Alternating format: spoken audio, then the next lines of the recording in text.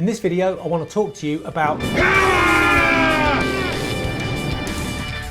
Okay, so this video goes out to photographers, videographers, anyone that's on location doing shoots for long periods of time.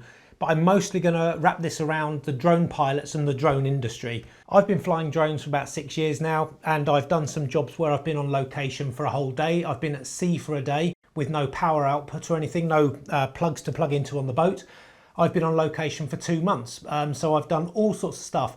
And one of my biggest things, especially if I'm going to a remote location where there's no buildings, no power supply, is that I've got to really judge my time by the batteries I've got and how much power I get from each battery, the flight time for each battery.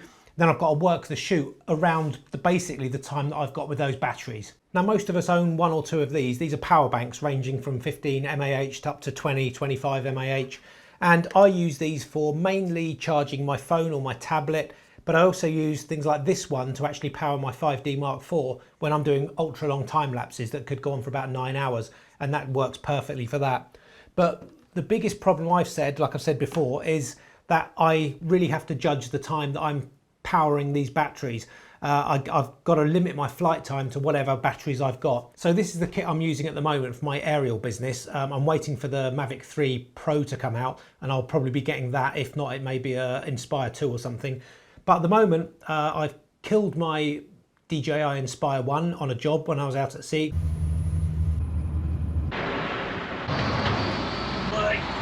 Jesus! So now I've got this little bit of kit just to keep me going until I get something a bit more professional later in the year. So I've got the DJI Mini 2, which is amazing. I've got the Mavic Air 2 as well. And for the Mini 2, I've got 3 batteries here. And for the Air 2, I've got 4 batteries there and 1 in here. So I've got 5 batteries there. That's about 2.5 hours of flying. That's about another 1.5 hours. So I've got about 4 hours worth of flying with what I've got here. So again, if I go on a day shoot or a 2-day shoot, I've got to work out, if I've got no power supply, how I'm going to actually work around that. Obviously, I can take some power with me, but what I want to talk today about is something that I bought last year that is going to really change the way I fly my drones. It's going to make things so much easier. And that is this beauty. It's called the PowerOak AC50s, and it's a huge power charger for up to 500 watts of power. So I think this is the equivalent of something like 180,000 mAh. So one of these could be 20,000. This one's way more powerful than that, but it does a hell of a lot more than that. So I just quickly want to run you through this, and you can see whether you think it'll be good for your drone business. So hopefully you can see this okay. It's a bit of a beast. It's a power pack and a half. And because of that, it's got handy handles at the top that fold down when you're not using them. Now, what this can do is quite remarkable. Like I said, it's got 500 watt hours of power in there. So I've been using it for a while and it is phenomenal. It's absolutely brilliant. Now, what I like about this is the fact that you don't just have one output for charging. So let's quickly run through what you've actually got on the PowerOak AC50s. You've got here a 12 volt, I suppose you would call it a cigarette lighter charger. So most people call that a cigarette lighter charger, but it's just a 12 volt output. And for that, I actually use a travel kettle. So in my car, I've actually got a 12 volt travel kettle. It takes about half an hour to actually heat up, but it still works. So it's really good. It's just a small kettle, enough for probably 2 cups of coffee, and you can charge it through there, which is perfect for this. Below that, you've got 2 AC outputs, so your typical standard English plug. If you're in the States or in Europe, you also get your versions, which will have your plug inputs there for whatever country you're in. So I've got the English ones on there. You've also got 2 other 12 outputs there, so it's your typical 12 volt input. You've also got 4 USB charge inputs there, so they'd be good for smartphones or the chargers, controllers and things like that. I know that most DJI equipment and a lot of drone equipment has USB charging now. And you've also got a USB-C charger there, which is good for modern smartphones like the Samsung Galaxy 21, S21, things like that. If I turn it on, you can see that you've got the voltage showing there. So it's only got 5 increments, so it goes up in 20% increments. So obviously you'll go from 100 to 80 to 60 and so on. But it also tells you how much output you're actually putting through that and out into all of your equipment. It's got an auto shut off, so it will shut off if you're putting too much into here. If I was to put a standard heater in here or a hairdryer, something like that, it's going to actually automatically shut off because it's drawing too much power. So you have to be careful that you're not drawing too much from this other than that, it's going to work really well. The other thing you've got on here on the top is actually a smartphone charger wireless. So I could just put that on there, turn on DC, and then the phone starts charging. So whichever one you want to use, whether it's AC or DC, you'd have to set the button on there to actually activate the DC or the AC power output. So it's really good. So you've got multiple things there. You can actually, like I say, charge your phone, have a kettle on the go. You can charge your batteries, charge your drone using the USB, so direct into the drone. So it's brilliant. You've got tons of stuff on here, but if I just turn it around quickly, you've got some other things. You've got a fan on the side to keep it cool. So once you get to a certain point where you're charging multiple items, the fan will kick in. It's not massively noisy, and you may hear it in a second, but it does the job. It keeps the whole thing cool. And you've got them on either side, input and output, so it goes right through. And on the back, you've actually got very handy lights. So if you're out at night, you're filming at night, if you're doing a time lapse and you want to run your camera on this, it'll probably run for two to 3 days. So you could run it, but you've also got on the back a light. So you've either got a full light, you've got a slightly dimmer light, so it'll draw less power. So it's great if you're camping this. So imagine you've got a big tent, you've got a family of 4, you all want to charge your phones, you've got a light at night time. It's really good for that. But you've also got, if you push it one more time, you've got an SOS signal. So if you are stuck somewhere, you've been in the mountains filming and you realise you've broken your leg or something, you can set this going. You've got an SOS going continuously, and that will go for hours and hours. Again, it will go for days depending on how much power you've got in here. So it's a really good unit. It cost me, I think it was about £495, but I know they've come down in price now, so I'll put a price on the screen for the UK and America. But it's an absolutely brilliant bit of kit, and it's really handy. So now when I go out, I take the drones. I've got 5 batteries for the Air 2, 3 for the Mini 2, and I can charge all of them through this. So I've got, like I say, 4 hours there. So once I've used one battery for either drone, I can then set it charging straight away. So I can keep it ongoing for as long as I've got power in here if I'm on location. So what I'm actually going to do to demonstrate this, and I'm going to work out how long it takes to charge all of these batteries. I'm going to put in the 3 Air batteries, have those charging. I'm going to put in 3 of the Mini 2 batteries and see if this will charge them. And if it does, I'm going to time how long it takes. Now, just to give you an example of where the batteries are at, the Mini 2 battery levels on here are, they've been taken down to 27%, 34%, and another one at 27%. And the Air 2 batteries, I've got 5 of those. So I've got one at 26%, this one's at 20%, this one's at 27%. So I'm going to set this up, and I'm going to get them all charging, and I'm going to have a timer going to see how long it takes to charge all of that lot. So I'll see you in a second when I've got all the wires and cables put up. So there we go. I've got everything plugged in now. I've got all of these batteries for the Air 2 and for the Mini 2, and I've told you about the levels for those. So all I've got to do now is turn the power on, hit the power button, up it goes. And then I've got everything coming out of, I've got these ones coming out of AC and these ones coming out of DC power. So I'm actually going to turn both of those on, see how much power we start to draw. So you can see they've all come on now, they've started charging. Hopefully these will start charging as well.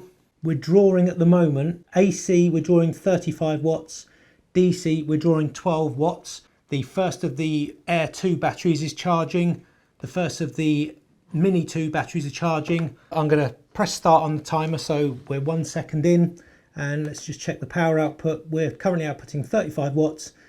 Plus 12, 13, so we're looking at around 48 watts. I'm going to wait for them all to charge, and at the end of it I'll see how much power's left in the PowerOak.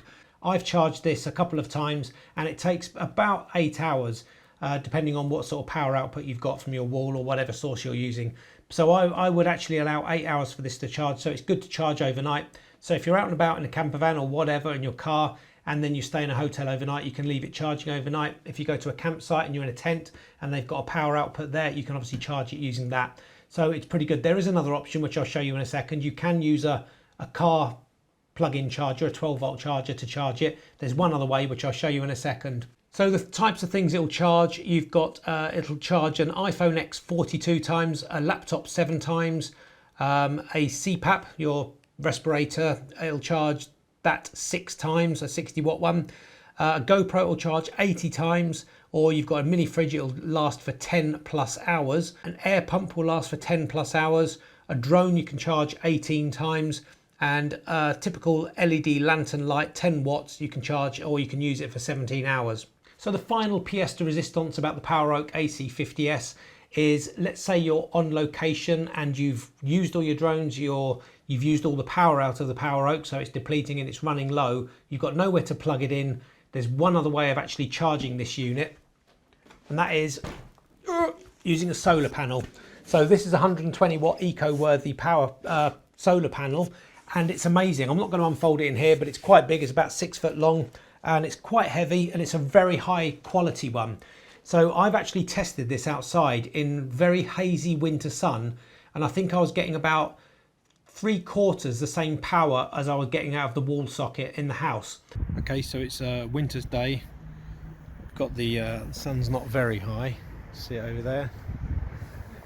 So it's a winter's day. Got the 4 panels in the sun, and it's giving out 32 watts of power for charging. Right, so that is now totally in the sun with no cells being blocked, and we've got 65 watts, 66 watts of power. So even if you cover a little bit of the thing, let's cover a bit of it with my hand, goes down to 53, take my hand away, goes back up to 67. So we're on 67 at the moment. All the panels are clear. If I do that, put my hand over, so there's a bit of a shade, goes down to 53, so it's really important. Take my hand away, back up to 66. So it's really important that all the panels are actually in the sun.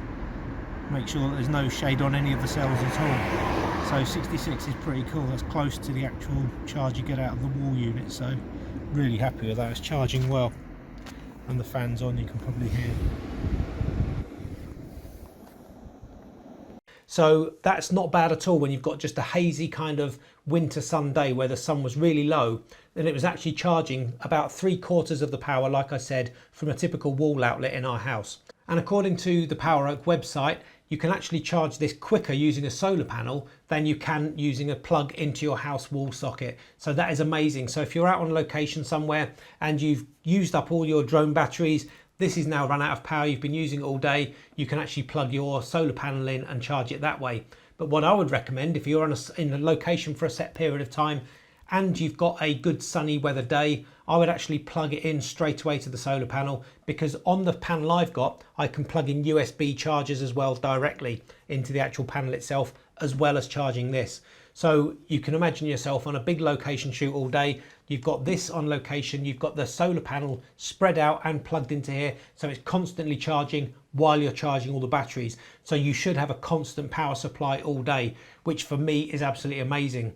So I took this on a boat. You can imagine you're on a boat at sea. I've done a couple of boat shoots now where we're hand launching from a boat all day, and having this on the boat was a godsend, because we didn't have power on the boat to actually plug in and charge the batteries. So you've used one battery, you've flown it, plug it in straight away, get it charging. So the time you've cycled all of your batteries, then you've got other ones ready to go that are fully recharged.